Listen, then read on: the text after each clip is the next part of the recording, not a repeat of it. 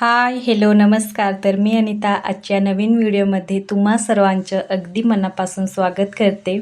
तर आजच्या व्हिडिओत म्हणजे आमच्याकडे कशाप्रकारे भात लावलं जातं तर तेच मी आज तुमच्यासोबत शेअर करणार आहे. तर प्लीज व्हिडिओला कुठंही स्किप न करता पूर्ण पहा आणि चॅनलला जर कोणी नवीन असाल ना तर प्लीज चॅनललासुद्धा सबस्क्राईब करा. तर कालच्या व्हिडिओत तुम्ही पाहिलंच होतं की म्हणजे या आधीच्या व्हिडिओत आम्ही दिवसभर पूर्ण म्हणजे रोपं उपडून घेतले जेणेकरून लावायला सोपं जाईल. म्हणजे उपडून ठेवले की फक्त लावायचंच काम असतं. पण काय झालं आज ना मजुरीला कोणीच आलं नव्हतं. तर जे काही आम्ही लोकांना सांगितलं होतं ना तर त्यांनी आम्हाला फसवलं. म्हणजे आज सकाळपर्यंत तर ते कंटिन्यू बोलत होतं की आम्ही तुमच्याकडेच भात लावायला येऊ, पण आम्ही म्हणजे ज्यावेळी त्यांचा टाईम असतो येण्याचा तर त्या टायमापर्यंत ते काही आलेच नाही आणि शेवटी शेतात आम्ही वाट पाहून तरीसुद्धा आले नव्हते. तर फायनली आता आम्हाला भात लावल्याशिवाय म्हणजे पर्याय नव्हता आणि त्यामुळे ना आम्ही 2-3 जण असं होतो. म्हणजे माझी घरचीच फॅमिली आहे. तर ते मिळून आता शेवटी म्हणजे भात जितकं लावलं जाईल ना तर तितकं लावण्याचा प्रयत्न करतो आहे. तर त्याच पद्धतीने तर सिंपल अशा पद्धतीने आमच्याकडं भात लावला जातो. तर याआधीही मी काही व्हिडिओमध्ये शेअर केलं आहे की भात लावणीसाठी कशाप्रकारे तयारी वगैरे केली जाते.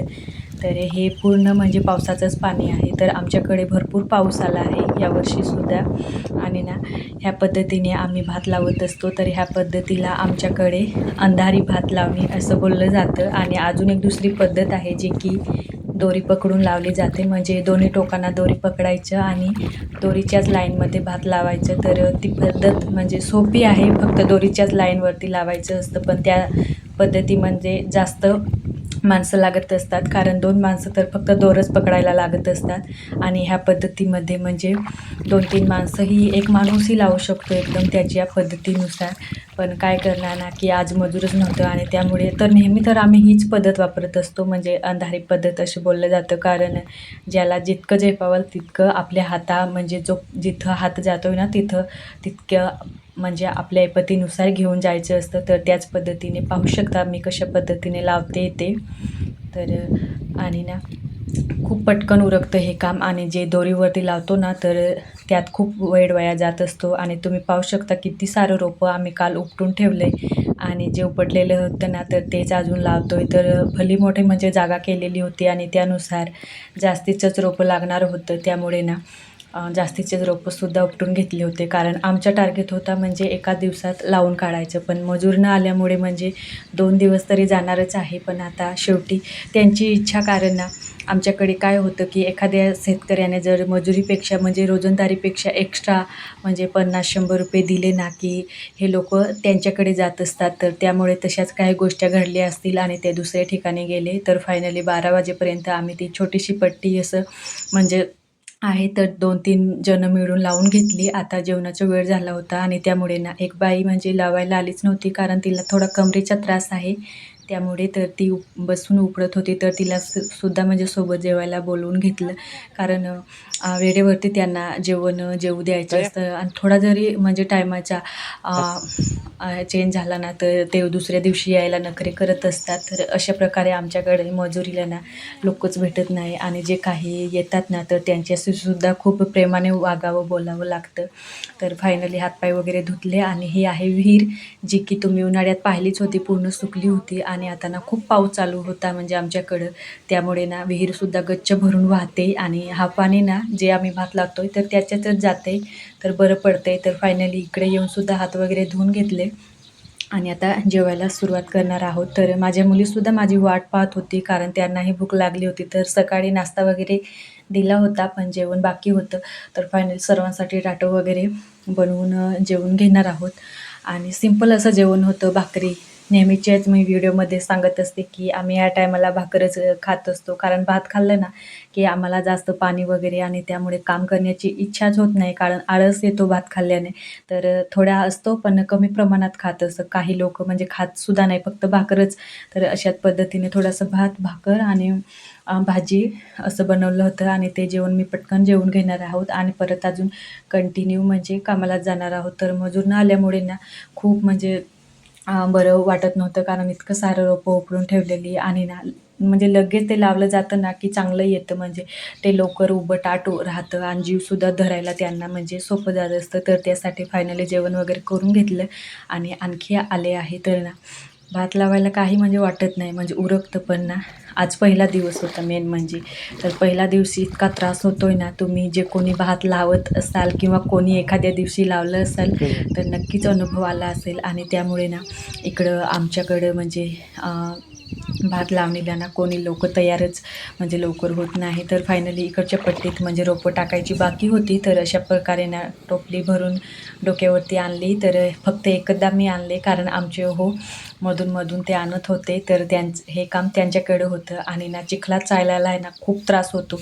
आणि आज पहिला दिवस आहे म्हटल्यावर तर त्याचा त्रास आणखीनच भयंकर, कारण ना 2-3 दिवस होतात ना म्हणजे भात लावायला, तर तिसऱ्या दिवशी काहीच वाटत नाही. पण पहिला दिवस म्हटलं ना की कंबर ही जाम दुखत असते, पाय ही, गुडघे, तो म्हणजे थंड पाण्यात उभं राहिल्याने इतका त्रास जाणवत होता ना खूप. पण तरीसुद्धा म्हणजे भात लावावा लागणार होता, कारण आपली शेती आहे, काम आपलं आहे, तर आपण नाही तर कोण करणार. अशा प्रकारे मग परत कंटिन्यू झालं म्हणजे लावण्यासाठी. आणि ना लावून तरी कितीक लावणार, कारण ना भलं मोठं म्हणजे ते पट्टी आहे आणि असं वाटायचे की जागच्या जागीच आहोत की काय, म्हणजे सरकतच नव्हते असं वाटायचं.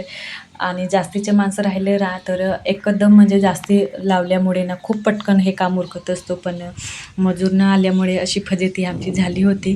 तर दुसऱ्या दिवशी ते येणार आहेत, पण त्याचीही काही गॅरंटी देऊ शकत नाही असं मला तरी वाटतं. आणि त्यामुळे जितकं होईल तितकं लावण्याचा प्रयत्न करत होतो. तर इतकी कंबर म्हणजे काही वेळाने इतकी दुखायली ना, तर बसण्यासाठी सुद्धा जागा नव्हती. तुम्ही पाहू शकता सर्वकडे ओलं चिखल, पण थोडा तरी म्हणजे कमरेला सुद्धा विसावा. तर त्यासाठी ना 5 मिनटं का होईना पण मी बसून घेतले, कारण खरंच कंबर खूप दुखायली आणि पायसुद्धा. पण काय करणार ना, लावावं तर लागणारच आहे. आणि त्यासाठी सोबत अजून मजुरी म्हणजे रोजंदारीवरती बायासुद्धा होत्या आणि त्यामुळे बसून तर चालणारच नव्हतं, कारण आपण बसलं की तेही बसत असतात आणि आपण जितकं पटपट काम केलं ना तर ते आपले मागं येत असतात. तर अशा प्रकारे म्हणजे आमच्याकडे चाललं आहे आणि सर्वकडे म्हणजे भात लावणी चालू आहे. त्यामुळे ना मजुरीला कोणीच भेटत नाही, फक्त 1-2 माणसं. तर उद्या येणार आहेत असं वाटतंय, कारण त्यांनी होकार दिला आहे उद्या नक्कीच येऊ असं. आणि त्यासाठी रोपंही भरपूर तशी उपडलेली आहेत, म्हणजे उद्याच्या दिवसाला पुरणार आहेत. तर फायनली आणि नंतर ना ही दुसरी आत आम्ही पकडली आहे आणि ती आता आम्हाला ना आता सुट्टीच्या म्हणजे वेळेआधी पूर्ण करायचं टार्गेट होता. पण काय झालं, वातावरण लगेच चेंज झालं आणि इतकं म्हणजे पाऊस चालू झाला ना, त्यामुळे सर्व ओलं झालं होतं आणि थंड पाणी, त्यामुळे सर्दी वगैरे होण्याची शक्यता असते. तर नंतर सुट्टीचीही वेळ झाली होती आणि त्यामुळे ना आजच्या दिवस इतकंच थांबवून घेतलं, इतकंच लावलं गेलं होतं. आणि ज्या काही जोड्या होत्या तर त्या बाजूला केल्या, कारण जे लावलेलं होतं ना तर त्याच्या आतमध्ये जात होतं. तर हा आहे दुसऱ्या दिवसाचा व्हिडिओ. आणि ना मजूर आल्यामुळे तुम्ही पाहू शकता किती पटकन आम्ही, खूप मोठा पट्टा होता तो, तरीसुद्धा ना मजूर जास्तीचे आल्यामुळे लवकर लावून घेतला होता. आणि रोपं वगैरे काही उपडायचीच नव्हती, फक्त लावायचं होतं. त्यामुळे ना पटपट जास्त माणसं असले की अशाच पद्धतीने म्हणजे जास्तीची जागा लावली जाते. आणि त्याच पद्धतीने आज म्हणजे ते पोरं आले होते फायनली आणि त्यामुळे आमचं भात म्हणजे बऱ्यापैकी लावून झालेला होता. आणि हा म्हणजे दुसऱ्या दिवशीचा व्हिडिओ. तर आतासुद्धा म्हणजे 12 वाजले होते आणि जेवणाची वेळ झाली होती. तर जे काही मजूर लोकं म्हणजे भात वगैरे लावायला येत असतात ना, तर त्यांचे जेवण हे शेतकरी म्हणजे ज्याच्या शेतात जात असतात तर त्यांच्याकडे जेवण असतं. आणि त्याच पद्धतीने आम्हीही त्यांच्यासाठी जेवण वगैरे बनवलं होतं. तर तुम्ही पाहू शकता म्हणजे एक माणसाची किती म्हणजे फरक पडत असतो. तर जास्तीचे आल्यामुळे ना आता इतकीशी जागा राहिली आणि तेही नंतर जेवण झाल्यानंतर तेही लवकर लावूनच घेणार आहोत. आणि इकडे जवळच आमच्या म्हणजे मोठ्या सासऱ्यांच्या शेतातसुद्धा भात लावणीचंच म्हणजे काम चालू आहे. तर तुम्ही पाहू शकता जेवण झाल्यानंतर पुन्हा आम्ही कंटिन्यू केलं आणि जे काही बाकी होतं ना ते पूर्ण लावून घेतले. तर तुम्ही पाहू शकता म्हणजे मजूर आल्यामुळे किती फटक्यात काम उरकलं. आणि आता जी काही जागा शिल्लक आहे ना तर ती आहे फक्त रोपवाटिका जी बनवली होती ना तर तीच जागा शिल्लक आहे. आणि उद्याच्या व्हिडिओमध्ये ही जागा मोकळी करून इथंसुद्धा भात लावून घेणार आहोत. पण त्या अगोदर ना म्हणजे रोपं उपडण्यासाठी बसण्याची सोय व्हावी, तर दगडं वगैरे आणून ठेवली. तर ते आधी उचलावी लागणार आहेत. त्याच्यानंतर त्याच्यात तणसुद्धा आहे तर ते साफ करावं लागणार आहेत. आणि नंतर इकडंसुद्धा नांगरून वगैरे आणि चिखल केलं जाईल. आणि नंतर मग म्हणजे काही रोप शिल्लक आहे ना तर तेही सर्व उपडून साईडला करून मग जागा चिखल बनवून नंतर ह्याच्यात पट्टीतसुद्धा म्हणजे लावलं जाईल. तर अशा पद्धतीने म्हणजे माणसं आल्यामुळे म्हणजे आमचं आता 2 दिवसात लावणी झाली आहे आणि जी काही रोपवाटिका आहे तर ती तिसऱ्या दिवशी लावणार. तर अशा पद्धतीने एक माणसाचा खूप फरक पडत असतो आणि लोकं आल्यामुळे फायनली भात लावून झालं आहे. तर तुम्ही पाहू शकता. अशा प्रकारे भात लावणी आमची आता जवळ म्हणजे पूर्णच होत आली आहे. तर आजचा व्हिडिओ तुम्हाला कसा वाटला आणि सर्वांना आता सुट्टी झाली आहे. तर अशाच प्रकारे म्हणजे मजुरांना वेळेवरती सुट्टी द्यावी लागते, नाहीतर ते नखरे करत असतात आणि ते लोकं चाललेही आता. आणि आता आम्ही लेडीज लोकं आहोत तर हातपाय वगैरे धुत आहोत. तर आजचा व्हिडिओ कसा वाटला कमेंटमध्ये सांगायला अजिबात विसरू नका. आवडला असेल तर लाईक, शेअर, कमेंट करायला विसरू नका. बाय.